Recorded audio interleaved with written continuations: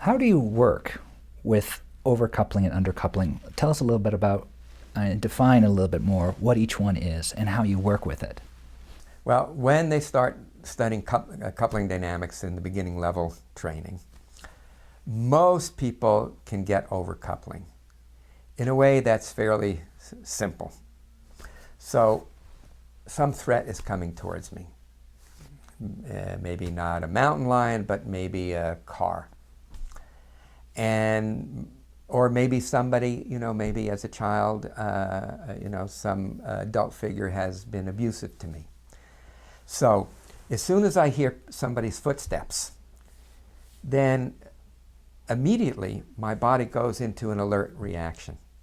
Now, in the past, I maybe tried to protect myself by tightening my shoulders, by contracting my muscles, or tightening my jaw. So what happens is the person hears the sound of the footsteps, then the jaw tightens. The tightening in the jaw then initiates the tightening in the neck. Then that initiates the tightening in the shoulders. And then there's a picture, and the picture is of the person coming towards them that's abusing them. And then that causes even more tightening of the jaw, more tension in the neck, more constriction of breathing, more of a knot in the gut. So it's like one protective defensive response leads to another, leads to another, leads to another. And because they're not able to discharge that happens is it gets into this kind of thing where everything is like lumped together. When I started teaching this back in the 70s, I used these pickup sticks. You get these sticks, and they're in a container, and then you drop them on the ground, and they're all on top of each other. And in order to win, you have to get each one off without disturbing the other ones. And that's what we're doing when we start uncoupling these responses.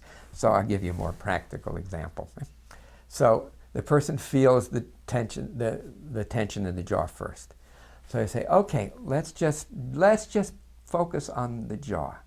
So feel the tension in the jaw, and very gently just open and close your mouth just a little bit until you feel some resistance. And then just pause there for a moment and then close. Remember the expansion, contraction, and then opening a little bit more.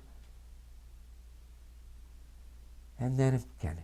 And often there's a little shudder, a little shake, a little tremble. And then the tension that we might focus on is the tension in the neck and the shoulder.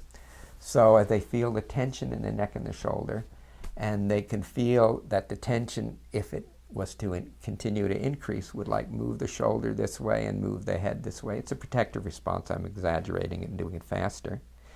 But then they play around with this by very slowly, with awareness, feeling how the shoulder wants to come up, how the ear kind of moves towards the shoulder, and then just letting it go, and doing that a few times. So you work with all of these overcoupled elements. It's a little bit like taffy, the taffy that or those the saltwater taffy, or those things that kids play with. It's like a modeling dough, and if you pull it quickly, it just breaks. But if you pull it slowly, it stretches out and it stretches out and it stretches out. That's what we do with these sensations or images that are related to the traumatic experience. That's how to work with overcoupling. And again, conceptually, it's pretty clear, and it's fairly easy to work with.